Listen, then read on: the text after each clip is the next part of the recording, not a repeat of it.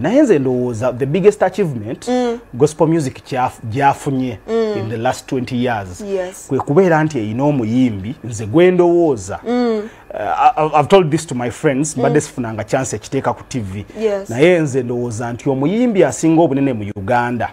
atagenda kwerabirwa ne bwe giri ba myaka binanga giyiseewo ava mu gospel industry gwe bayita Judith Babirye nti ennyimba za Judith ne bwe mbeera mu kufiirwa ne bwe mbeera ku mbaga ne bwe mubeera mu oyagala kusiima maama wo ne bwe mubeera ngo feelinga low ng'onoonya kintu kisobola kusitula mood she's an all round okiraba nti bano bonna abalala ab'ensi tuboogerako because balina pop aspect yeeyo tubazanya showbiz bakola ki pop aspect kwe kubeera nti boogerwako mu mawulire yazimbye ennyumba yakoze biki ate nga be babyekoledde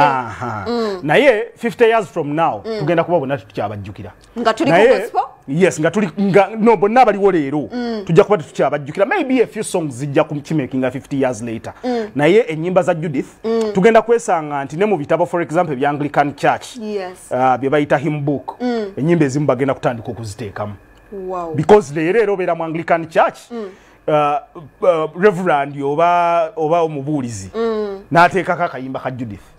okiraba so nze ndowooza that is one of the biggest achievements gospel music gyefunye mu eno generation nti we have produced songs ezigenda okubeerawo for ages ennyimba ze tuwulira leero ez'ebitabo Rock of Ages biki ezimu zaawandiikibwa ba slaves be baali baatwala eri that is over 1,000 years 300 400 years ago okiraba kakati leero bwe tuba tufunyeewo ennyimba ezaffe bannayuganda lwogamba nti tugenda kuluyimba naye nga okulutranslatinga mu luzungu balina kulujja mu Luganda singa bwe kibadde ntubadde nga tujja mu luzungu ne tuzza mu Luganda I think that is the biggest achievement gospel music gyefunye